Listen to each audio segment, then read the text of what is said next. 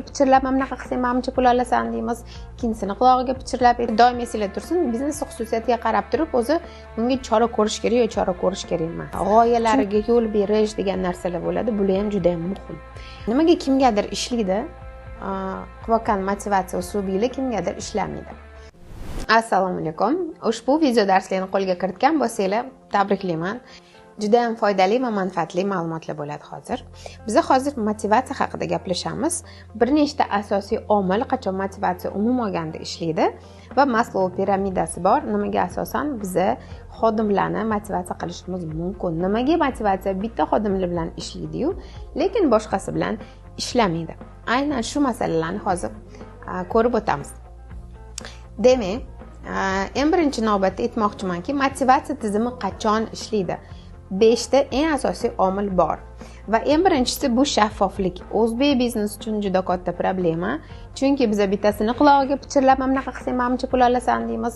Ikkinchisini qulog'iga pichirlab aytamiz, keyin qaragin, aytmagin anunga deymiz. Lekin aslida xodimlar 85-90% vaziyatlarda hammasi bir-biri bilan ma'lumot bo'lishadi. Shuning uchun maksimal darajada shaffof tizim qilish kerak. Mana bunaqa ish bo'ladigan bo'lsa, mana bunaqa olasizlar deb hamma bilish kerak tartibni. Qaysi ish qilsam ijobiy motivatsiya olaman, qaysi ish qilsam salbiy motivatsiya. Nima qilish mumkin emas. Tushunishlik kerak. Ikkinchisi juda ham muhim bo'lgan narsamiz bu motivatsiya sezilarli bo'lish kerak. Mana misol uchun men kursimda ishtirok etganlardan so'rayman-da, mana eng ko'p problema xodimlar vaqtida kelmasligi. Endi biznesda doim esinglar tursin, biznes xususiyatiga qarab turib o'zi bunga chora ko'rish kerak yoki chora ko'rish kerak emas. Chunki ishlab chiqarishda, o'quv markazlarida hamma narsa vaqtida bo'lishi kerak. Ishlab chiqarishda konveyer bor, o'quv markazlarida bolalar bor, o'qituvchilar bor, bog'cha misol uchun. Bunaqa bizneslarda albatta vaqtida kelish kerak xodimlar va men bu holatda nima qildinglar desam, shtraf qildik deymiz. Qildik deyshadi. Shunda men nech pul shtraf qildinglar deyman.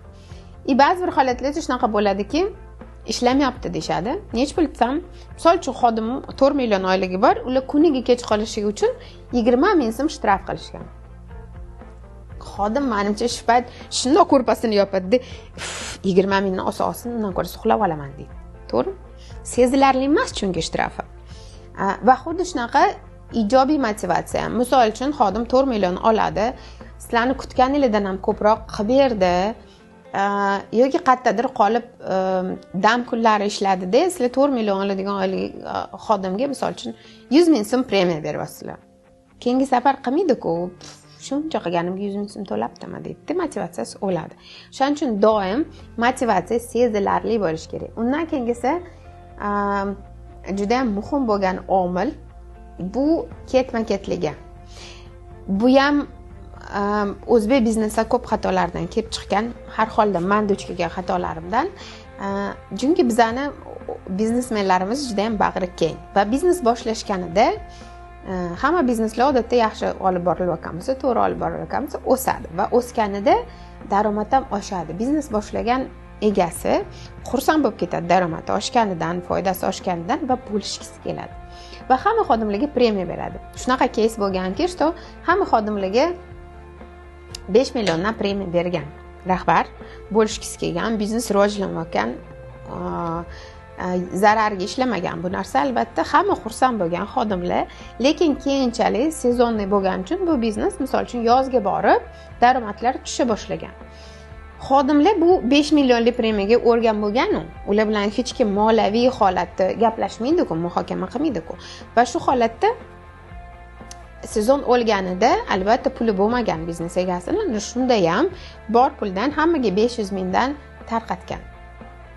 Nima degan shu yerda xodimlar bilasizlarmi? Qurumsoq deyishgan. Ana уже pulni bergisi kelmayapti deyishgan, yana nimadirlar deyishgan. Lekin aniq bu oxirgi pulini ham shuncha xodimlarga bo'lib bersa ham ijobiy ishlamagan, salbiy ishlagan. O'shaning uchun hattoki pulinglar ko'p bo'lsa ham, bo'lishkilar kelsa ham, bu premiyani sekin ko'tarishga harakat qilinglar. Hamma bilan bo'lishayotganingizda.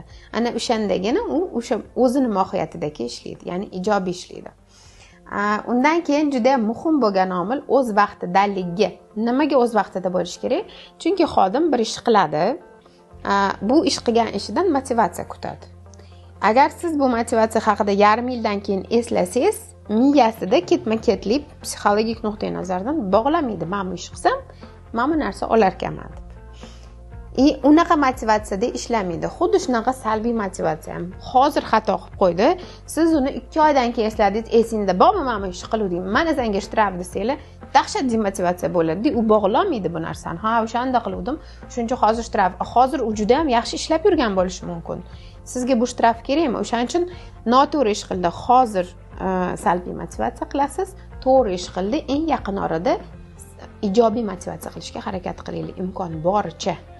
Agar ozgina cho'zilib qolgan bo'lsa, bu narsa muhokama qilinsin, xodimga tushuntirilsin nimaga unaqa bo'lganini. Ana o'shandagina demotivatsiya darajasi unaqa yuqori bo'lmaydi. Va eng oxirgisi aytmoqchi bo'lgan narsam bu motivatsiya uslublarini kompleksi bo'lishi kerak, ya'ni mujassamligi bo'lishi kerak. Bu yerda faqat pul bilan xodim ushlab bo'lmaydi. Nomoddiy e'tirof, e'tibor, g'amxo'rlik, g'oyalariga yo'l berish degan narsalar bo'ladi. Bular ham juda ham muhim.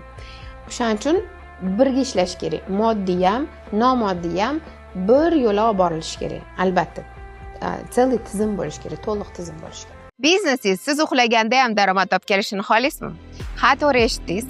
Biznesingiz daromad olib kelishi uchun siz hamma jarayonlarga aralashib yurishingiz shart emas. Shunchaki tizim qurib, uni atrofida tizimli ishlaydigan jamoa shakllantirishingiz yetarli. Men Dildora Tursunova, jamoalarni boshqarishda 22 yildan oshiq tajribaga ega mutaxassis va biznes konsultantman. Va aynan sizlar uchun 3 kunlik intensiv tashkil etyapmiz. Bu intensivda biza tizimlashtirishdan oldin qilish kerak bo'lgan audit qadamlarini, tizimli jamoa qurishi aniq bosqichlarini va raqobatbardosh zamonda qanaqa yutib chiqishi aniq amaliy bilimlarni ko'rib chiqamiz. Intensivda ishtirok etish uchun hoziroq havolani bosing va ro'yxatdan o'ting va inshaalloh onlayn ko'rishguncha. Endi biz Maslow piramidasiga o'tadigan bo'lsak, nimaga kimgadir ishlaydi, qilayotgan motivatsiya uslubiga kimgadir ishlamaydi. Nimaga ba'zi bir hollarda mana ko'p uchratganman o'zbek bizneslarida rahbarlar paketlar podarka qilishadi, produktlar bilan podarka qilishadi. Kimdir xursand bo'ladi, uyga olib boradi, kimdir pulni bersa bo'lmasmidi deydi. Juda ham ko'p holatda bu narsa uchraydi. Maslow degan juda ham ajoyib olim bo'lgan va u insonlarning ehtiyojidan kelib chiqqan holda piramida ishlab chiqqan. Va shu ehtiyojlar insonda ketma-ketlikda o'sishi mumkin ekan. Shu ehtiyojlardan kelib chiqqan holda qaysidir motivatsiya uslublari ishlar ekan, qaysilaridir ishlamas ekan. Va u piramidasiga asosan eng birinchi navbatda fiziologik ehtiyojlarimiz bo'lar ekan. Ya'ni nafas olishga, uyquga, boshpanaga, oziq-ovqatga, suvga o'xshagan ehtiyojlarimiz, ya'ni fiziologik eng bazaviy ehtiyojlarimiz hisoblanar ekan. Va agar shu ehtiyojlarimiz qondirilmagan bo'lsa, bizga boshqa narsa yuqoriroq bo'lgan motivatsiya uslublari va ehtiyojlar ishlamaydi. Va bu holatda men aytamanki, oyligi minimal darajasi mana sotuvchilarni olishadi, fiksasini vobshe kam qilib yuborishadi. U hattoki shu fiziologik ehtiyojlarini yopmaydi. Fiziologik ehtiyojlarini yopmadimi, xodim postoyanno stressda uzoq payt ishlamaydi. Keyin shunaqa vaziyatlar bo'ladiki, mendagi bir nechta keys, birinchi keys bu sotuv bo'limi bo'lgan. Sotuv bo'limiga olingan xodimlar fiksi berilmagan. Xodimlarga faqat sotuvdan foiz berilgan.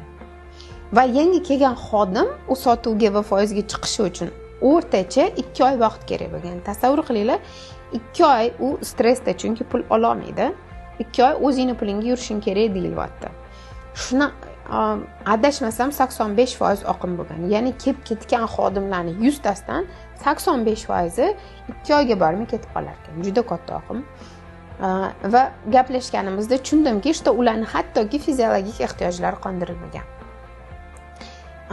Bizning o'zbek biznesda yaxshi ko'rishadi, rahmat, minnatdorchilik xatlari, qanaqadir nominatsiyalar, o'rtoqlar uni agar fiziologik ehtiyojlari qondirilmagan bo'lsa, minimal bazaviy oylik berilmagan bo'lsa, rahmatinglarni pishirib ham yemaydi. Prosta eslab qolinglar, kerak emas senga rahmat.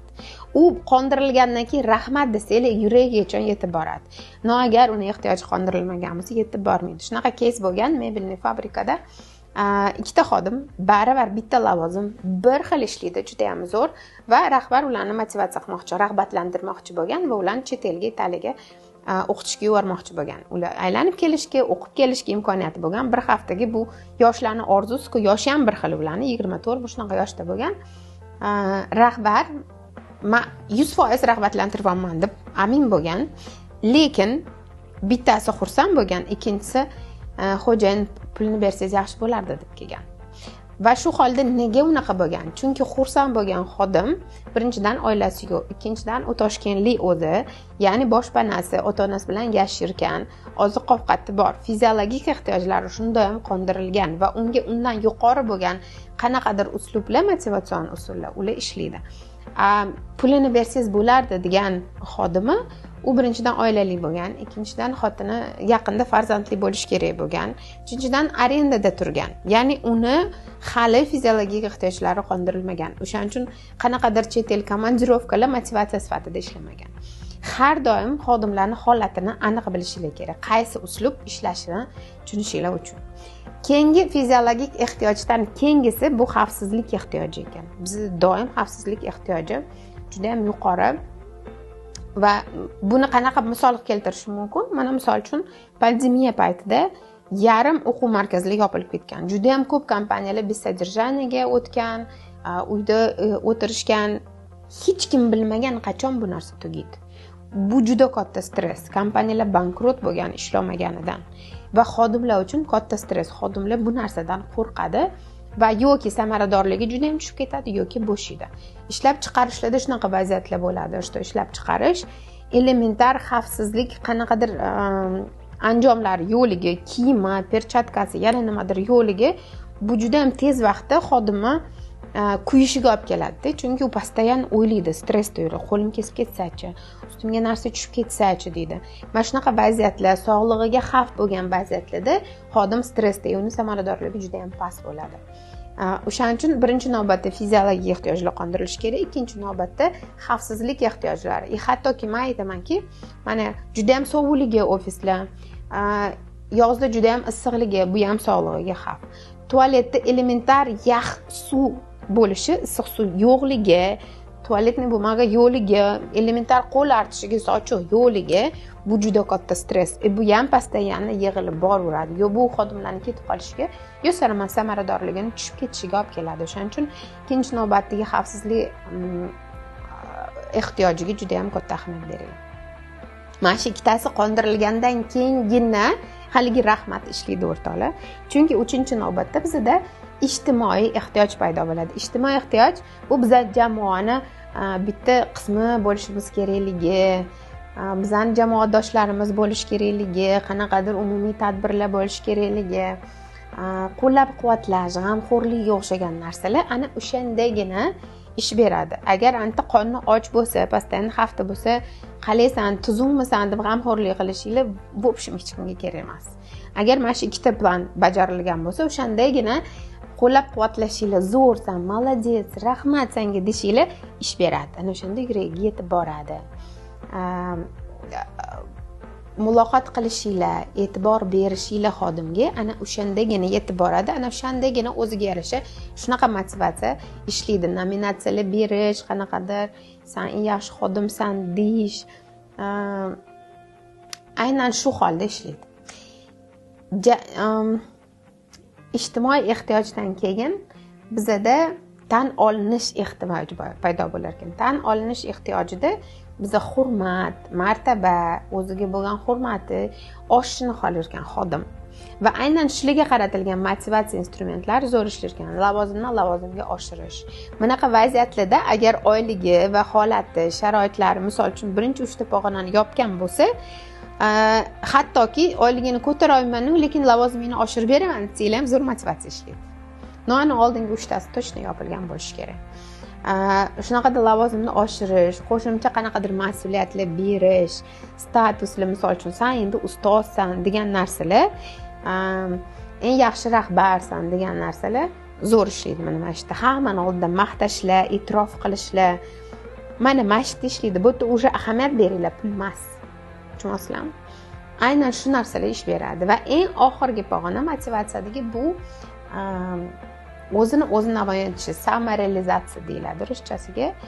Ya'ni unga уже keng imkoniyatlar berishi, u qanaqadir g'oyalar kelsa bo'pti, man qil deyish, qanaqadir yangi yo'nalishlar noldan olib borish kerak bo'lsa, shunaqa yo'nalishlar berish, ijod qilishiga imkoniyat berish, rivojlanish, o'zini ustida o'qitishlar, chet ellarga yuborishlar, mana shu pog'onada ishlaydi. Chunki u samaralizatsiya qilish kerak, qanaqadir yanada o'sish kerak, ko'proq yanada yangi yo'nalishlarda o'zini ko'rsatish kerak, namoyon qilish kerak.